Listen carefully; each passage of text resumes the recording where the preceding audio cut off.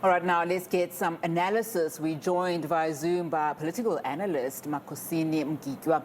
Makhosini, thank you so much for your time this afternoon. Now, it's been an interesting couple of hours and a few days, I might add, with some very surprising moves, in these coalition wins, I would say, especially as it's attributed to the DA. Perhaps let's unpack that. The DA now obviously in power, essentially, in the major metros in Gauteng, essentially leaving the ANC out in the cold. Perhaps what was surprising about that is the Action SA and the EFF, confirming that, yes, indeed, they did vote for the DA.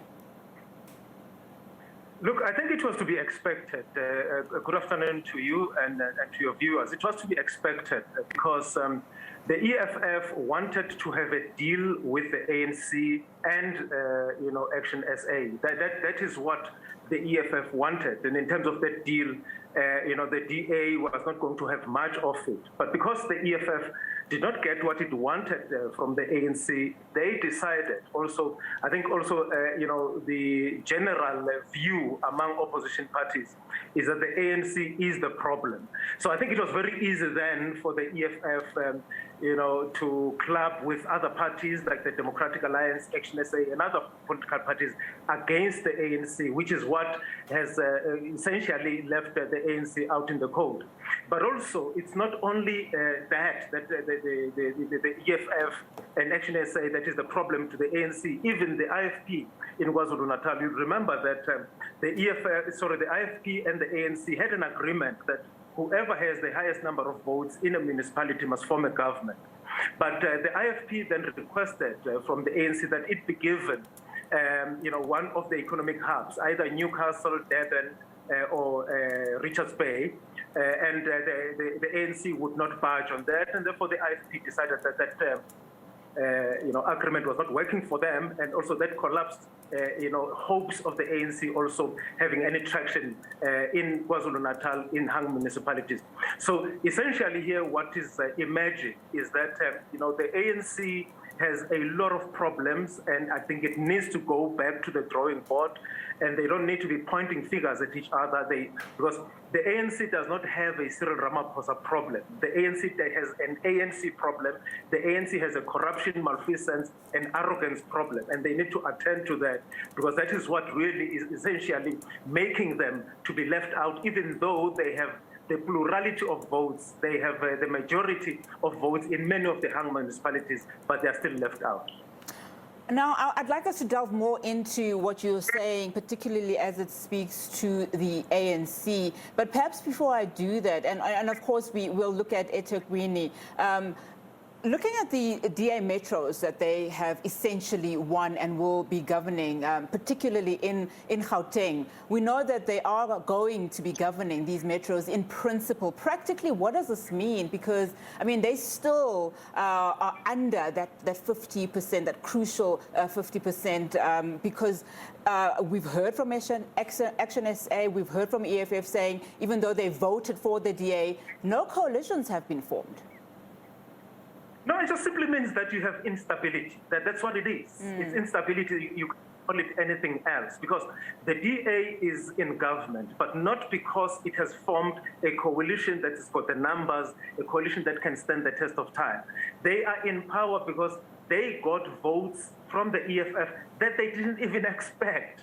So which means the EFF can put that support at any time, and that coalition government collapses. So all that speaks to instability, all that speaks to us as South Africans not getting the services that we deserve from these municipalities and local government. It just simply means that it's going to be, months and perhaps years of instability until these political parties are mature and they start thinking about the people and not themselves and their ambitions, and they do something like we did in 1994, like the political parties did in 1994. You had, Government of National Unity, which was the ANC, the National Party, the Inkatha Freedom Party.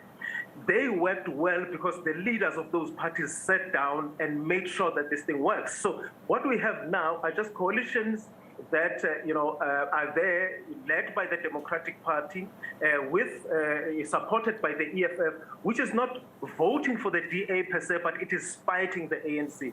You cannot have stability in a situation like that. And you've touched a very important point there, Makhosini, when you're talking about will we actually see service delivery? I mean, for instance, if you look at the newly appointed mayor in Johannesburg, Mpopalazi, she's got a laundry list of things that she would like to do and get ahead of in terms of her manifesto. The question then is, are we actually likely to see that service delivery in the likes of the Herman Mashaba that we've seen in the past in Johannesburg? But perhaps let's move on now to what you've just touched on in terms of the ANC. This really puts a spotlight on the performance of the ANC, not only in these elections, but for several years now. And President Cyril Ramaphosa said yesterday at the Union Buildings, as he was hosting his counterpart, his Kenyan president, saying that of course this symbolizes a democracy in action, but also very saddened by just the performance of the ANC. You say that the ANC does not have a Cyril Ramaphosa problem. So what are the lessons that the ANC needs to take from these elections? Look, I think, to answer that question, the first thing that I need to say is it was not always going to be unsustainable that you have this one big political party, at its zenith. The ANC got almost 70% of the vote. That was in 2014. Sorry, that was in 2004. Almost 70%, 69.7% of the vote. That was a party that was dominating the political landscape. And, it was always going to happen, that it was going to steadily be reduced. We just did not expect to fall below 50% at this particular time. But if you look at history, at other countries in our neighborhood like Zimbabwe, which has been free since the 1980 under the rule of ZANU-PF, it started declining around 2000. So the decline was always going to happen. But now the ANC has not been able to manage the decline very well. They are busy concerned. They are concerning themselves about the fights inside the ANC, fighting for power. They have become so corrupt. It's difficult even to see the ANC in the vein that it was a couple of decades ago. I mean, it has just become a party of corruption. Whenever you hear the ANC, what comes next is corruption. So they really have to work on that. And for them to try and pin that on the leadership of the ANC in the person of the president or the top six, they are not going to be solving the problem, because it's not necessarily members of the top six that have been involved with all this malfeasance that gets reported almost on each and every day on radio, television, and newspapers. So the party has to look at itself and what it stands for now and how the people of South Africa view it and what it needs to do. There are people who are optimistic, thinking that maybe the ANC can renew itself, and there are people who are less optimistic, who think that this is the terminal decline of the ANC. But for as long as it is in government, we cannot celebrate its demise, because its fortunes are linked to our fortunes as a country. We would want the ANC to find itself, to solve its problems, to lift itself out of the morass that it's in, but it just doesn't look that way, that everybody in the ANC fully appreciates what this political party is facing and what the future holds for it. Now, on that breath, now the focus turns on the only metro that actually hasn't elected a mayor. So all focus on that inaugural council, meeting in eThekwini Metro. What is at stake, according to you? Look, I don't see how the ANC is going to pull this one off. They can't pull it off without the EFF.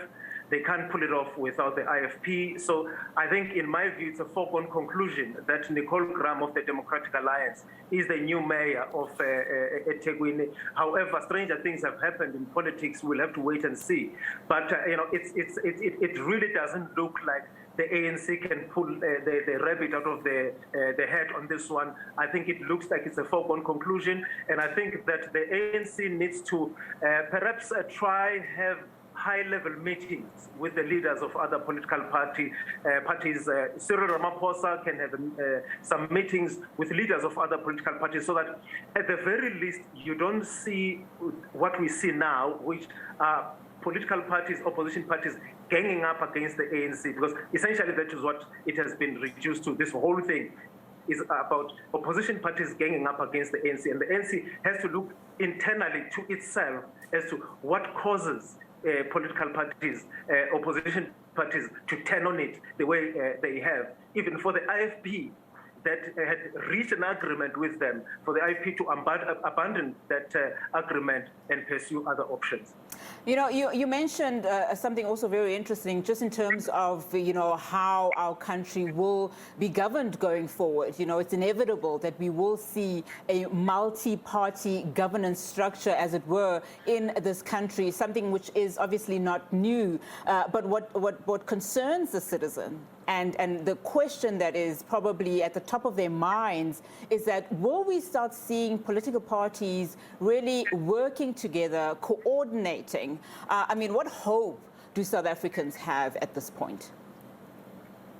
Look, it's unfortunate that, we have the kind of leaders that we have leading the various political parties who refuse to work together, who refuse to see the bigger picture in the same way as Nelson Mandela, Mangosuthu Buthelezi, and F.W. de Klerk saw a bigger picture in 1994.